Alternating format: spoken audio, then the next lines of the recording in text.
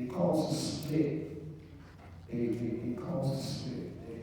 They separate the blues from the rest of all the other music. So they pretty much will put the music in a category of their own, of which where they pretty much will can control. You know, this is basically what's going on with the music. Now, I was just looking at something ain't too long ago. Blues music is being played all on the radio, it's being played all around the world. They made $18 billion. $18 billion. And just playing blues music alone. Okay?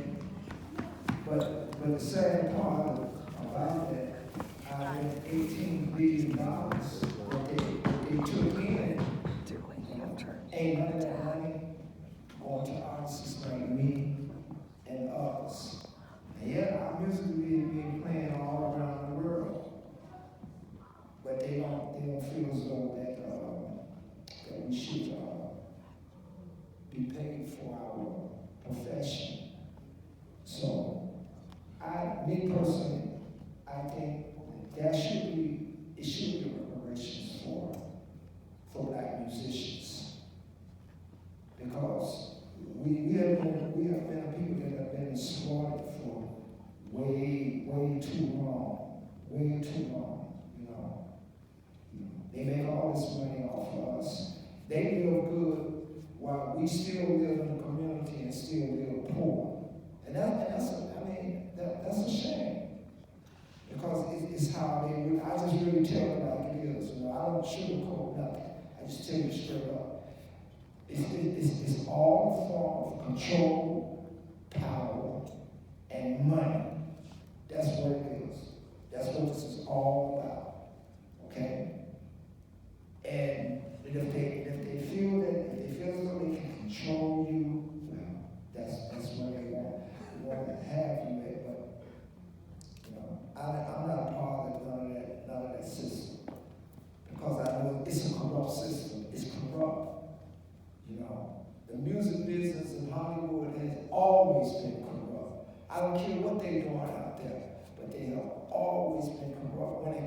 When it comes to us as black people, they have always been unfair to us. So now maybe it's time for them to start recognizing and being fair. And there's one more thing I want to say. For it say, I heard the president say, well, we're going to make America great again. No, America will never be great again. Thank you. Vince, you want to say anything? Well, I would just like to say in terms of my vision of the blues, I think we need to get it in the smaller venues, again, starting with the schools.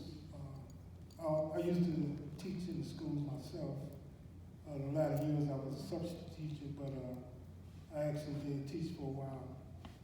And that was one of the things is trying to use music, and blues in particular, as a form of inspiration, you know.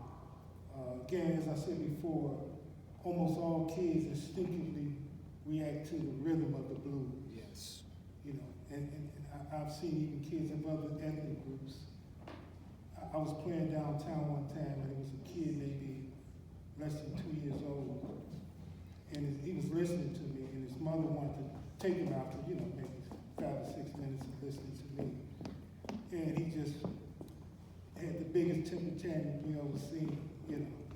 And again, this is a kid, 2 years old, roughly, of a non-African American heritage. So again, that instinctive thing is there. But I think we need to move in the schools. One of the things I don't think we've done is really put together an instructional format to present the blues. You know, because so many blues we are like myself, I'm a solo artist. If you're gonna put blues into more of a choral type of environment, it probably takes a different approach. I don't know how many people have done that, you know. One of the things I've been trying to envision is, I used to do it with my daughter, just in terms of us playing harmonica together, sometimes in unison, and then letting each other, you know, solo and freelance. So that's one of the things, we get it in the schools, get it back into small, for instance, I've played at a number of art galleries. We did have art gallery roughly around Chicago Avenue and Pulaski called Silent Funny, and I was able to perform there several times, and some other things happened that kind of fell apart. And that's one of my main niches now, is playing at art galleries. And I play a lot in Pilsen, doing that. And I kind of get these gigs when people see me performing outside. But I think we need to get back to the outdoor markets. Yes. And of course, the classic place is Maxwell Street. And I was probably the last regular performer in Maxwell Street. I don't know if you've been around lately, but it's pretty much falling apart. You know, it's surviving, but just barely. So we can get that, and the same thing with the clubs. I'm older now, so I don't fully know what a younger person's concept of a club is. You know, back in the day, we went to clubs. You know, speaking of the '70s, you know, when disco and all that was going, disco, funk, R&B, blues, jazz, reggae. So we had all these things, and we had clubs that sometimes catered to a particular genre, and you also had clubs that were multi-dimensional. You could hear blues, jazz, funk, reggae, all at the same night. That's right. So, again, going back to the outdoors thing, Larry and myself were just talking about the Mississippi Delta Fish House. Ruffin Jackson and Kenzie was one of the greatest outdoor presentations of blues you could see north of Mesa Dixon now. So I envision that, you know, we can get back some clubs and some other venues. I think we can get the blues back, you know. But like I said, it has to be also on the radio. It's just not on the radio enough. The community got to support it. Right. We have to support it, and I think the community will support it if they see the artists. You know, one of the things I hate is that, and I think several people have already alluded to, is that the kids are not playing instruments anymore. You know, if you listen to most musical presentations, you got a synthesized drum sound and a synthesized keyboard sound. So nobody's really playing per se. You know, so I think what happens is kids miss all of the enrichment you get from actually playing an instrument.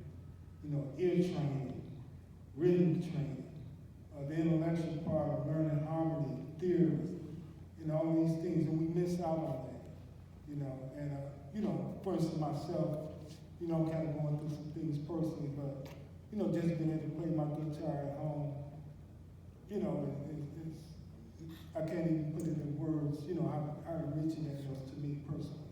So I just think if we can get the blues and music in general and multi-dimensional, but we have to get our kids playing again. They're just simply not playing. When we were coming up, one of the things we used to have was talent shows, you know, where people would compete, singing, playing, or what have you. Literally now you might have a little rap battles here and there, but nothing like we used to have. And I think we need that. And if we can blend that and get it out there and make it culturally relevant. And again, there's also, you know, it's been alluded to, there's a financial aspect of that too. You know, you can make a living playing music. For the most part, kids don't see that as a possibility other than rap now. The average kid does not see the thought of maybe being a jazz musician, blues musician. So I think if we keep those opportunities possible, we can again enrich our community and enrich our people and give them some vision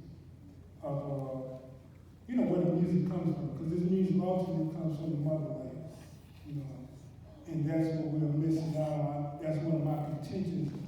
The confusion we see today is because we still don't have a real connection to the motherland of a culture that is thousands of, well, you know, it's basically just the beginning of humans.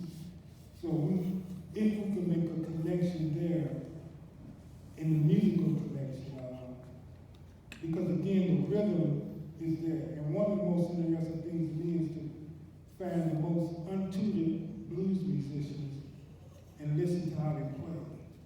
And because they haven't been formally taught, they have so many of the instincts of the motherland. You know? And I think that's what we're missing is the cultural connection. And again, ultimately, the whole gamut of life, you know, it's the financial, social, economic, health, everything all goes together. So that's my vision. I'm not gonna talk any longer.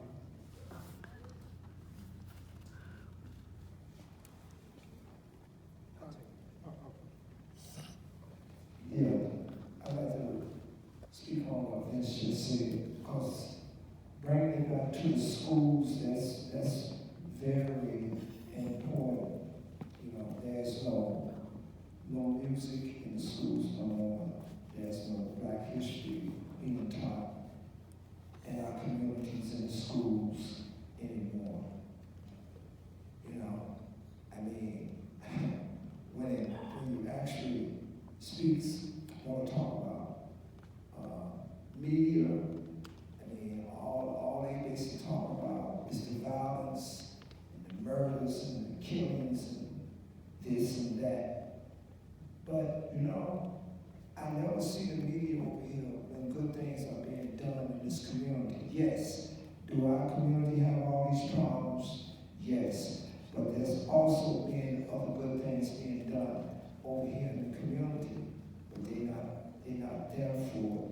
And the reason why they're not there for it is because we are not as a community coming together like we should. Like I said, like supporting the music. If they see that the community is backing the music, they'll show up. They're gonna come. Because now they can't report no more just some guns and drugs and problems in the community. When the community actually, they doing something constructive and the community doing something real